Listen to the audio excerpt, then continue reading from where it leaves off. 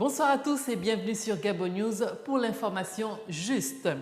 L'actualité est ponctuée par l'inondation du quartier Akébé-Poto dans le 3e arrondissement de Libreville. Des dégâts matériels et un moral à plat pour les habitants, c'est le résultat du désastre des pluies diluviennes qui s'abattent sur la capitale gabonaise depuis plusieurs jours.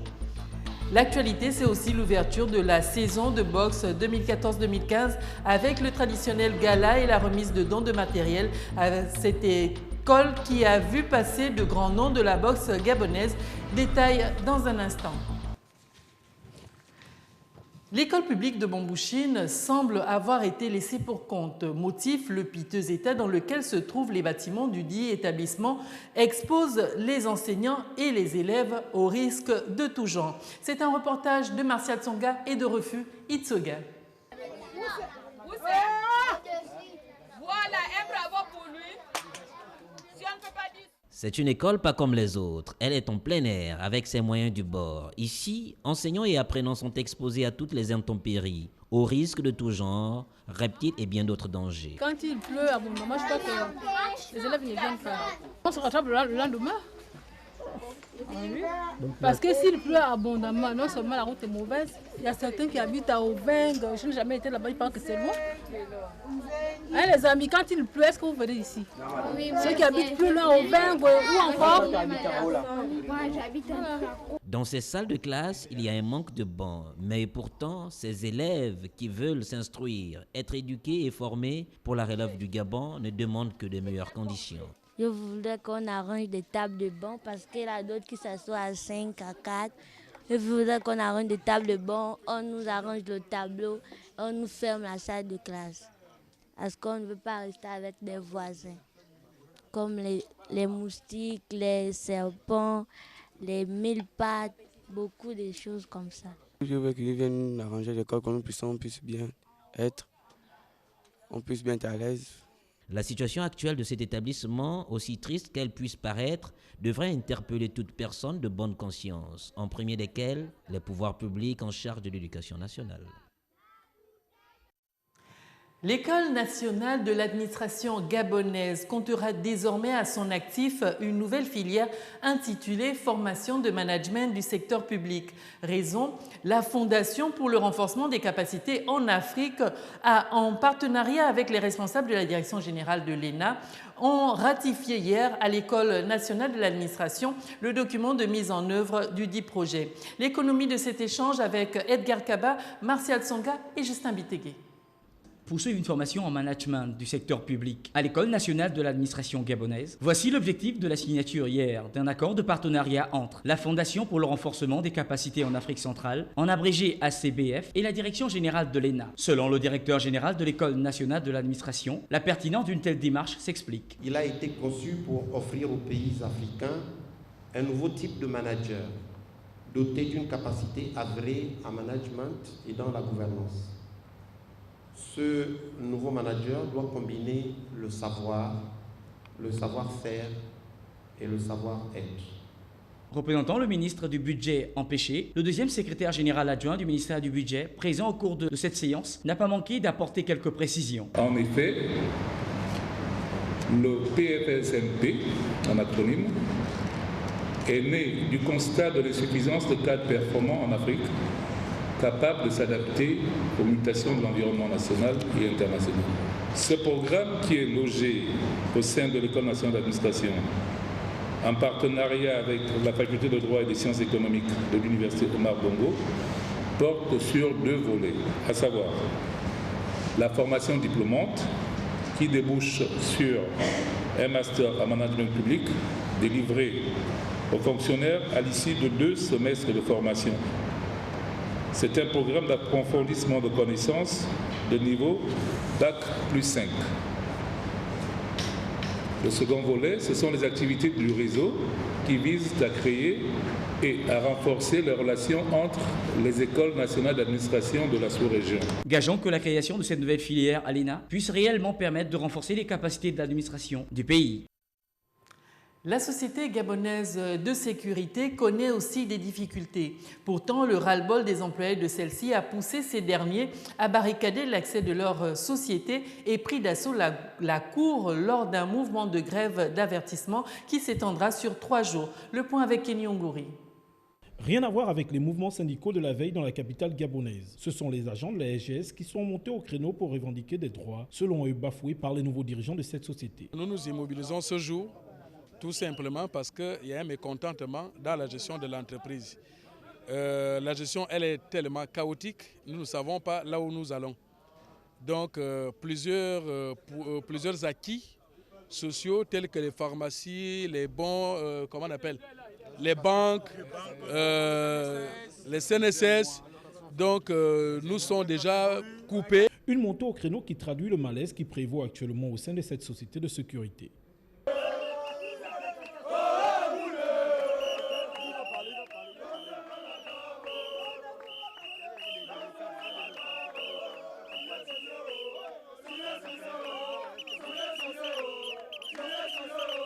La direction, consciente de la crise actuelle, veut mettre en place un cadre légal de négociation pour mettre fin à cette situation. Seulement, celui-ci est conditionné par 2 points essentiels qui, depuis 2012, font traîner toute action des syndicalistes. Monsieur le directeur général adjoint a également souhaité que ces travaux soient effectués après que le syndicat ait tenu son congrès et que l'ensemble des collèges des délégués ait été renouvelé. Cette proposition a été adoptée à l'unanimité. Donc, avant de parler de classification, de parler révalorisation salariale, il y avait 2 conditions. La SGS reste un employeur très important aux côtés de l'État avec près de 7000 employés. Ce mouvement a été précédé d'un préavis de grève déposé le 4 novembre dernier. Je vous le disais en titre, une nuit troublée pour les habitants du quartier Akebe-Poto et pour cause, ces habitants étaient surpris par les eaux. La pluie qui s'est abattue dans la nuit du lundi 10 au mardi 11 novembre a créé des inondations dans cette partie de la capitale. Plusieurs dégâts matériels ont été enregistrés. Patrick Charfery. Les inondations des habitations dans la capitale gabonaise, notamment dans les quartiers sous-intégrés pendant les pluies, demeurent un épineux problème. Ici, à Akebe-Poto, dans le 3e arrondissement de Libreville, c'est la désolation. Les appareils électroménagers, les matelas et les documents administratifs enfouis dans les eaux toute la nuit. Le corps sans vie de ce chat démontre la violence du phénomène. Par la porte, au sein de la porte, jusque les meubles, tout sont dans l'eau. C'est la première pluie? C'est la première pluie, oui. En fait, il pleut depuis, mais c'est la première pluie que l'eau est vraiment rentrée comme ça.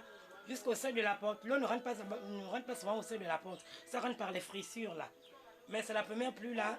Comme elle a beaucoup persisté, c'est rentré maintenant au seuil de la porte. Jusqu'au petit matin, les traces d'une nuit mouvementée étaient encore bien présentes. Et il fallait s'embourber pour accéder à la route principale. Comme ici, cette femme avec son enfant dans le dos, cherchant vainement un chemin praticable, les habitants disent être mécontents. Le Gabonais peut vivre comme ça dans son pays. Le Gabonais il est riche et il vit mal. Dans des conditions bizarres. Émergence. Nous tous on doit émerger. Il n'y a pas que certaines personnes qui doivent émerger et les autres n'émergent pas. Tous, nous tous, tout le Gabon doit être dans l'émergence. Ici, c'est la rengaine. À chaque pluie, il faut vider. Ce canal ne permet plus l'évacuation des eaux. En aval, des constructions anarchiques ont réduit sa largeur. Il faut que les autorités agissent vite pour soulager ces habitants qui veulent dormir paisiblement.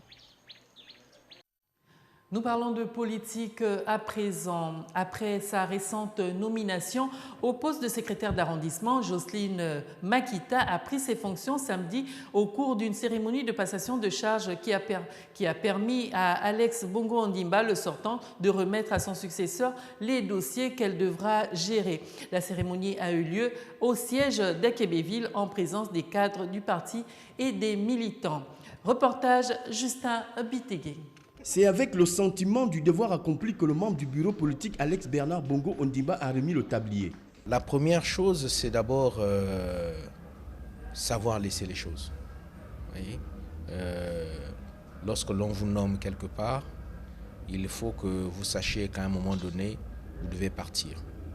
Et cette transition doit se faire dans la bonne entente et avec, comme on dit, le bon cœur. Jocelyne Makita s'est engagée à mettre en œuvre la politique de l'émergence. Pour ce faire, elle a dit compter sur l'ensemble des militants et cadres du parti du 3e arrondissement de la commune de Libreville. Avec une humilité que j'accepte cette lourde et sensible responsabilité que je m'attellerai à mener à bien avec ferveur, abnégation et équité, bien entendu, surtout avec le concours de l'ensemble des militants, des cadres politiques du parti et de toute la composante sociologique du 3e arrondissement de la commune de Libreville. Pour réaffirmer leur attachement au président de la République Ali Bongo Ondimba et taire la rumeur sur sa nationalité, les cadres et militants du 3e arrondissement lui ont adressé une motion de soutien. Nous, peuple gabonais et militants du PDG du 3e arrondissement de la commune de Libreville, disons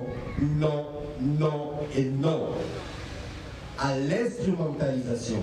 Pour Jocelyne Makita, le PDG doit être la première force politique de notre pays. Il doit en être ainsi pour le 3e arrondissement de la commune de Libreville. Là est l'une des missions de la nouvelle secrétaire d'arrondissement.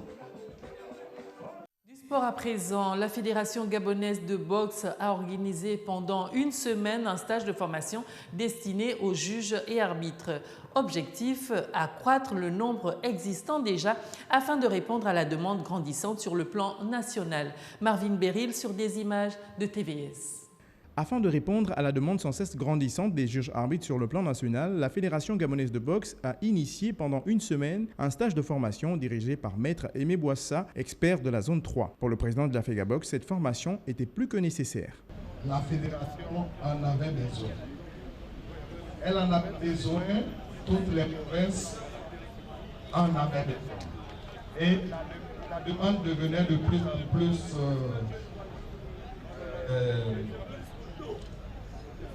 pressante qu'il fallait impérativement former les juges arbitres. Pour Clément Sosa, tous les participants à ce stage ont été à la hauteur. Et ces juges, Dieu merci, ont été à la hauteur au vu des résultats, au vu des notes. Tous ont et méritent leur parchemin que je vais devoir leur remettre de manière solennelle. Ce stage s'est clôturé au rond-point d'Awenge le week-end écoulé par la remise des règlements et parchemins aux juges arbitres ainsi que des dons de matériel aux ligues de l'estuaire du Wellington et l'école de boxe. Nous restons en boxe pour finir ce journal. Comme chaque année, la Fédération gabonaise de boxe a organisé une manifestation qui permet d'ouvrir la saison 2014-2015 au rond-point d'Awenge, c'est à Libreville.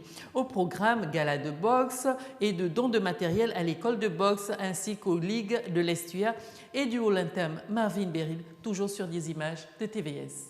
En marge de la clôture du stage de formation des juges arbitres qui s'est tenu au rond-point d'Awenge le week-end écoulé, la Fédération gabonaise de boxe a également tenu à ouvrir la saison 2014-2015 par un gala de boxe qui a vu la participation de l'École nationale de boxe et plusieurs autres clubs. La Fédération gabonaise de boxe est restée 3 mois durant sans activité parce que les boxeurs sont allés en vacances, mais l'administration a fonctionné durant tout ce temps. Il est judicieux, comme à l'accoutumée, d'ouvrir la saison sportive 2014-2015. Et comme à notre habitude, nous avons toujours ouvert cette saison par une manifestation. Pour l'école de boxe, c'est le jeune Victor Mikolo, coin rouge, qui a pris le dessus au point sur Hans Essono, coin bleu, dans les 54 kilos. Ce combat, je l'ai vécu très difficile parce qu'il a voulu m'amener dans son ring. Au premier round, je suis rentré dans son ring. Après, le coach m'a dit, petit, ne joue pas avec lui. L'enquête est mis dans ton enquête du coach. On a sonné à des enquêtes de deuxième round. Je suis parti à moi. Je suis rentré dans mon ring. Il est rentré. Il a perdu. Chez les professionnels, c'est Chris Mikala, coin rouge, qui a pris le dessus sur décision de l'arbitre sur Fouemé, coin bleu, dont les 64 kilos. C'était très difficile parce qu'on a repris ces entraînements, ça fait une semaine. Bon, vu l'ancienneté et vu le nombre de combats que j'ai fait chaque international, bon, j'étais obligé de relever le défi. face à mon adversaire qui n'a pas de mérité. Voilà qui ouvre parfaitement la saison 2014-2015 pour la Fédération gabonaise de boxe. C'était là l'essentiel de l'actualité de ce mardi. L'information continue sur notre site. Quant à moi, je vous dis à demain, si Dieu le veut.